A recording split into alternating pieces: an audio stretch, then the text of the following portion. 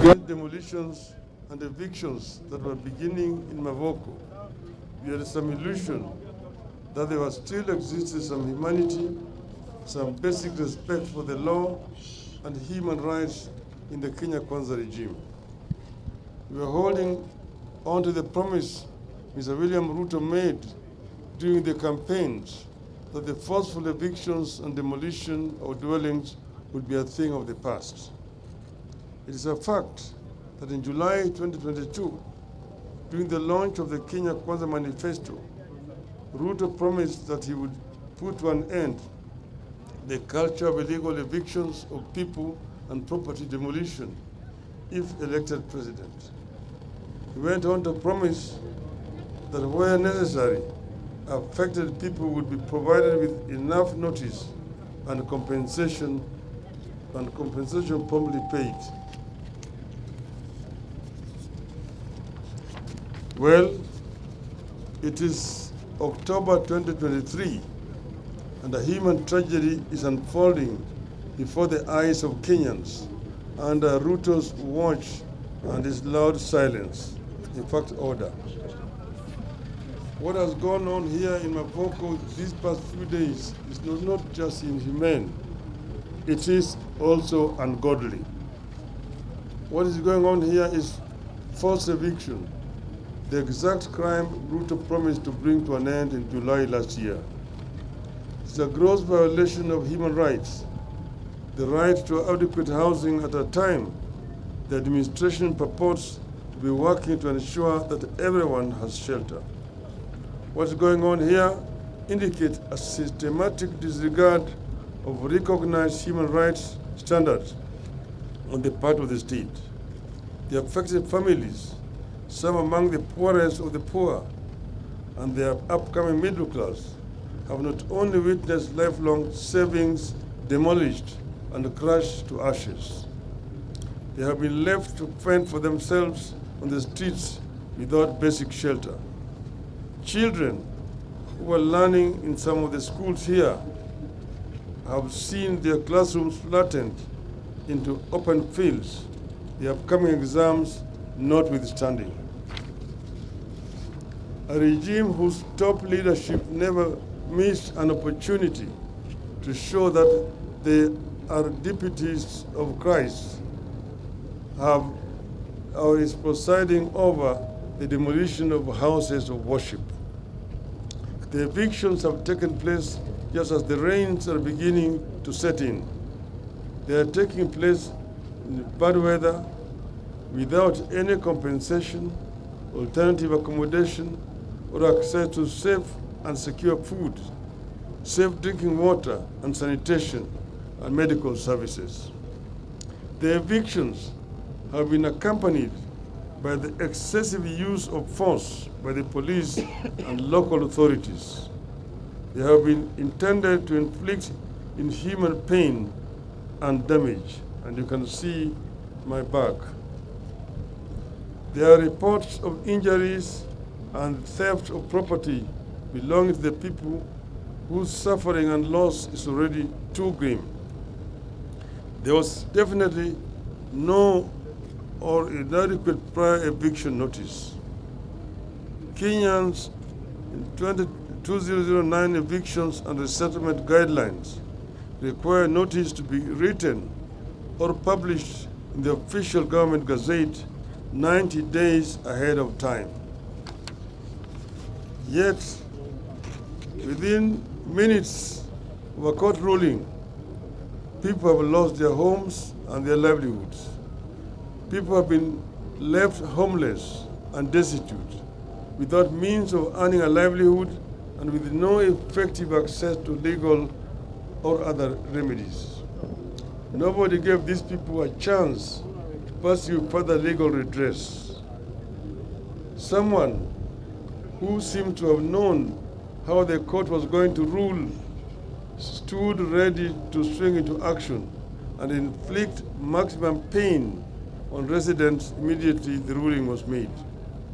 Above all, this destruction of life, the lifelong savings of people has come at a time that Kenyans are struggling with extremely high taxes, high cost of living, and a collapsing Kenya shilling.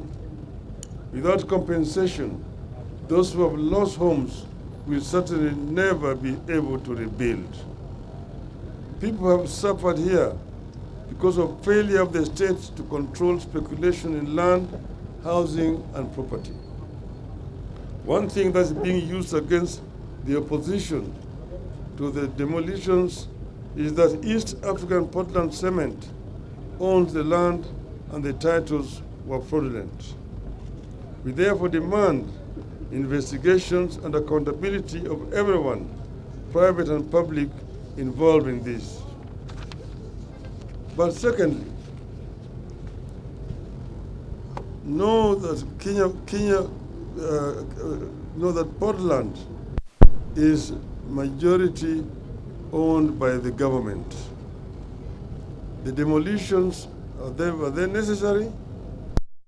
Victims are Kenyans. Was there another solution? Government has always settled people everywhere. We even have a settlement fund to get people land.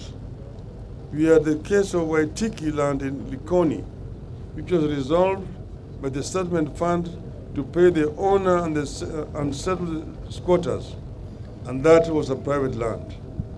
Why couldn't this matter be handled the same way? Was this a great and urgent use of the land where demolition was done that so greatly overweighed people's lives and savings? What is the urgent use that could not allow people time to move out by, say, next year? Are there personal interests riding on the guise of public interest? Does the East African Portland Cement understand that there are things people can do to fight back and even end its existence as a company? We are talking about people who most likely use the company's cement to construct houses only for those same houses to be destroyed in the name of the same company. As a party, we, as Azimio, we can't let this continue to go on unchallenged. We are determined to ensure that cruel crime is answered for. Somebody will have to take the responsibility for this bestiality. The Kenya Kwanza administration must immediately halt any further demolitions. Must share with the victims and the country the immediate plans to pay compensation for the property that has been unlawfully destroyed and to find alternative settlement for the victims. This brutality will not go unchallenged. This brutality will have to be answered for and accounted for. If the government does not act, we will help the people to act.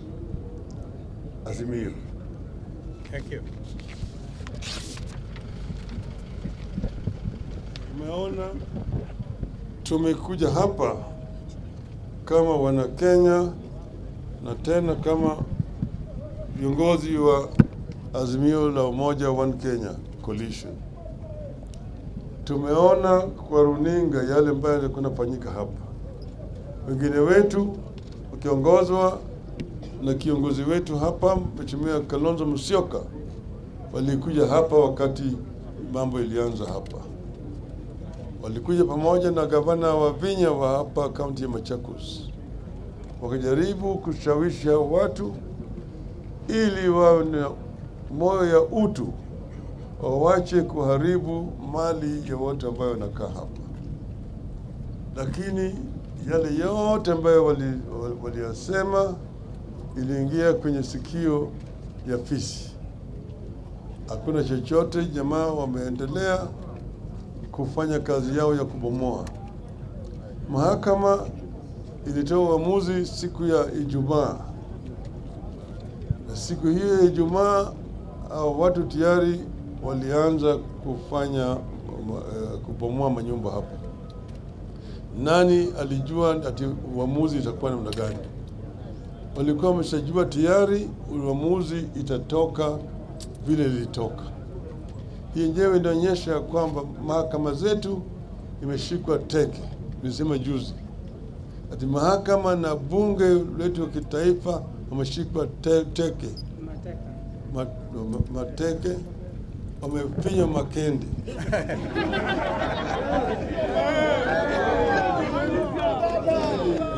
Sasa tuko na bunge hanithi, haina chochote. Manake bunge yenyewe juzi ilipitisha sheria ya kujinyima nafasi ya kukagua ununuzi ya bidhaa ya umma. Bunge linatakana iwe inatetea mali ya umma, lakini bunge tayari imeshatoa pitisha sheria kusema bunge hawezi kuangalia na kukagua vile serikali inauza mali ya umma. Hakuna haja ya kuwa na bunge. Tuko vile vile na maspika ambaye wanafanya siasa kiolela. Spika wenyewe wanaongea juu ya mambo ambayo yanakuja mbele ya bunge katika mkutano wa hadhara katika kanisa, vile wao wataamua katika bunge. Kwa hivyo hao maspika yote wawili wa Senate na National Assembly ni wale watu ambaye hawafai wawe kama maspika. Wao ni aibu kubwa kwa taifa la Kenya. Na vile siku hizi mambo inatoka kule Ikulu, unasema ipitishe vile ilivyo, na wabunge hawapewi nafasi ya kuongea vizuri juu ya yale masuala yanayokuja kwa bunge. Kwa hivyo sasa Wakenya hawana kinga. Pande hii bunge mateka, pande ingine mahakama mateka. Sasa tuko na pahali ambaye natembea peke yake, hakuna mtu anaweza kuzuia wao kufanya chochote. Ametangaza siku ya Ijumaa na kazi imeanza sasa. Umeona askari wake wako hapa, umeona vile wamekaa kule kama ile mbwa ya ati wanafanya kazi. Hii kazi ya kubomoa mali ya watu si kazi ya askari kulinda. Kuna kazi ambayo inatakana askari wetu wafanye, kupigana na Al-Shabaab na kulinda Wakenya wengine ambao wanavamiwa na uhalifu. Lakini sasa hawa askari wamekuja hapa kutetea uhalifu.